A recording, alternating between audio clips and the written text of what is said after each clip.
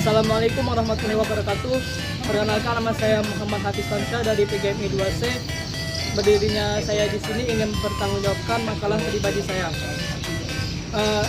Puji dan syukur kehadiran Allah Subhanahu wa Ta'ala karena pada hari ini saya dapat melaksanakan tugas saya untuk mengerjakan penanggung-jawaban makalah pribadi. Salawat berikan salam tidak lupa kita tuturkan kepada Nabi Muhammad, Nabi besar Nabi Muhammad SAW, karenanya pada hari ini kita dapat merasakan nikmatnya hidup di dunia. Tak lupa kita ucapkan kepada dosen pengampu kita, Bapak Muhammad Siddiq SPD MPD sebagai dosen pengampu mata kuliah Islam dan Tamadun Melayu. Langsung saja kepada Bapak pendahuluan latar belakang. Seiring terjadinya perubahan-perubahan di dunia ini, maka baik itu perubahan yang secara cepat maupun tidak cepat, perubahan itu menarik ataupun tidak menarik. Nah, di dalam pembahasan ini sejarah itu merupakan adalah sesuatu yang tidak bisa dikatakan berubah dikarenakan adanya bukti-bukti di masa lampau.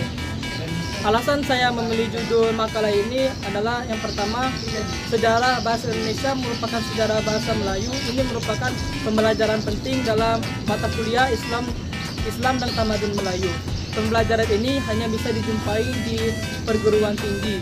Akan tetapi pelajaran ini tidak kita jumpai di SD, SMP, ataupun SMA.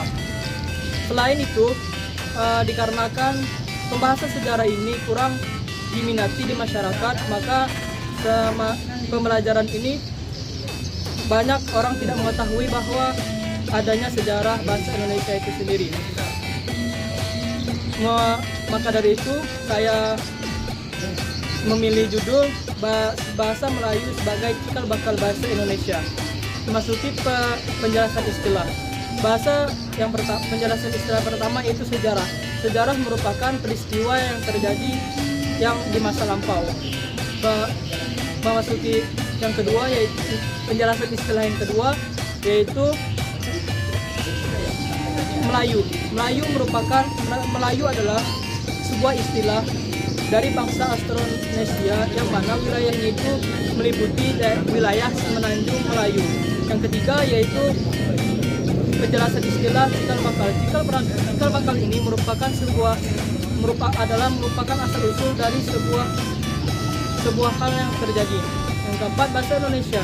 Bahasa Indonesia adalah bahasa resmi yang ada pada Indonesia, bahasa yang dijadikan sebagai bahasa perundang-undangan dan bahasa sehari-hari. Memasuki bab kedua yaitu kajian teoritis dan juga pembahasan teoritis.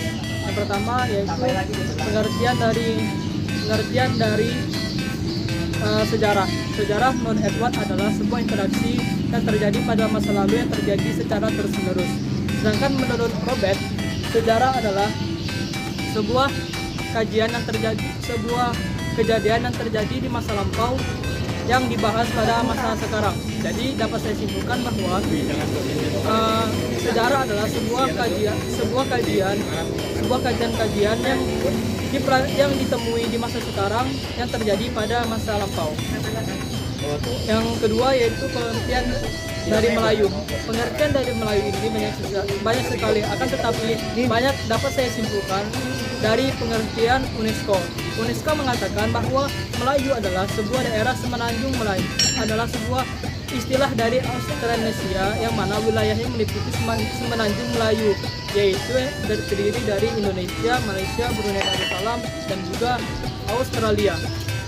Pengertian yang ketiga yaitu cikal bakal. Cikal bakal ini merupakan sebuah asal usul dari adanya sesuatu. Yang keempat yaitu bahasa Indonesia. Bahasa Indonesia ini adalah sebuah bahasa resmi yang ada di Indonesia dan juga merupakan bahasa yang merupakan bahasa perundang-undangan yang ada di Indonesia. Memasuki bab ketiga yaitu penyajian data. Yang pertama itu bagaimana bahasa Indonesia menjadi bahasa resmi.